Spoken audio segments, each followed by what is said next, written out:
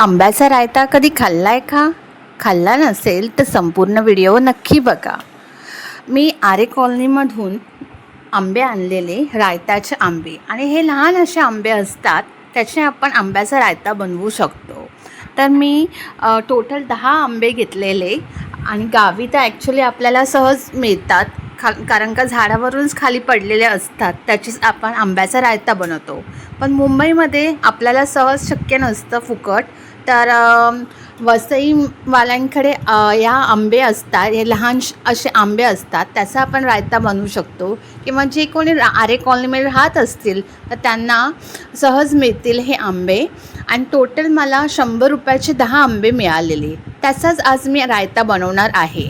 आता मी मोठी कढई घेतलेली आहेत, त्याच्यामध्ये सगळे 10 आंबे मी घालणार आहे आणि मी उकळून घेणार आहे. त्याच्या अगोदर मी पाणी गरम करत ठेवलेलं. आता आंबे उकडत आहे. आता मी लसूण ठेचून घेणार आहे. टोटल 10 अशा लसूण घ्या, जसं क्वांटिटी असेल तसं, आणि लसूण पाकळ्या जास्त पाहिजे फोडणीसाठी. तर माझ्या या लसूण पाकळ्या ठेचून घेतलेल्या आहे या खलबत्त्यावर, आणि या माझ्या बहिणीने हा खलबत्ता दिलेला, त्याचाच मला खूप उपयोग असा पडतो. आता आंबे उकडून घेतलेले आहेत छानपैकी, तर मी त्याची साल काढून घेणार आहे.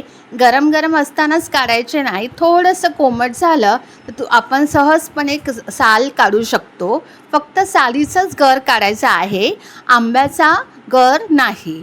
कारण का आपल्याला हे अख्खा आंबा आपल्याला फोडणीसाठी घालायचा आहे, आणि जो काही सालीचा जो गर राहतो तो आपल्याला चमच्याने किंवा असा पिळून आपण काढू शकतो.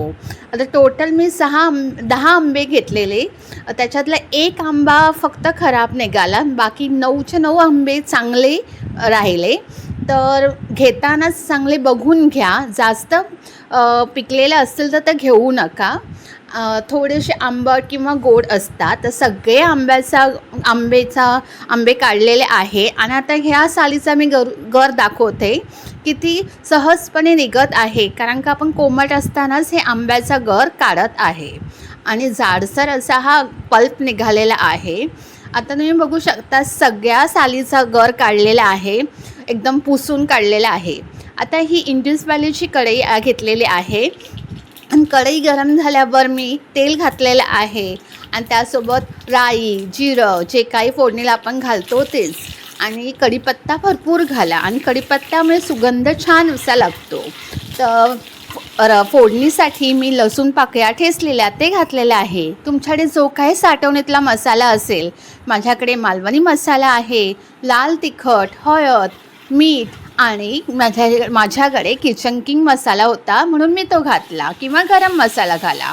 आता उकडलेले आपण आंबे ते घालायचे, आणि मसाल्यामध्ये हे सगळे आंबे चांगले परतून घ्यायचे आहेत, आणि जास्तही ढवळू नका, कारण का गर हा निघेल म्हणून.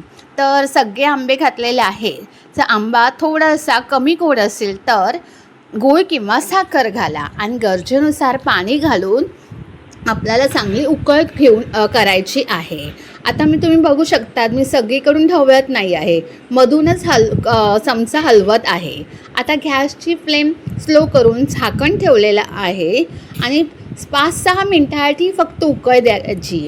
आणि तुम्ही बघू शकता आंब्याचा खूप छान असा पल्प झालेला आहे. जर तुमच्याकडे ओलं खोबरं असेल तर तुम्ही घाला, नसेल तर स्किप करा. आता ओलं खोबरं मी 2 ते 3 चमचे घातलेले आहे. आता मधूनच मी चमचा ढवळत आहे, आणि पुन्हा मी ओलं खोबरं घातल्यामुळे पुन्हा एक छानपैकी 5 मिनटासाठी वाफ देत आहे. कोथिंबीर घाला सजावटीसाठी, नसेल तर घालू नका, काही हरकत नाही. अप्रतिम लागतं हे आंब्याचा रायता, नक्की बनवा. या सीझन संपण्याच्या अगोदरच अगदी सोप्या पद्धतीने तुम्हाला दाखवलेलं आहे, आणि सगळ्याच रेसिपी मी सोप्याच दाखवते, त्यामुळे लोकांना म्हणजे तुम्हा सर्वांना बरं पडतं. आणि घरातल्याच साहित्यामध्ये मी दाखवलेले आहेत रेसिपी.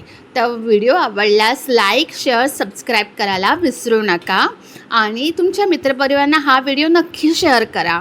अगदी अप्रतिम लागतं. जर तुम्हाला गोड खावासं वाटत असेल ना, तर आंबे आणा, 100 रुपयाचे 10 किंवा 12 मिळतील, तर घ्या आणि मस्तपैकी आंब्याचा रायता बनवा आणि मला कमेंटद्वारे नक्की सांगा.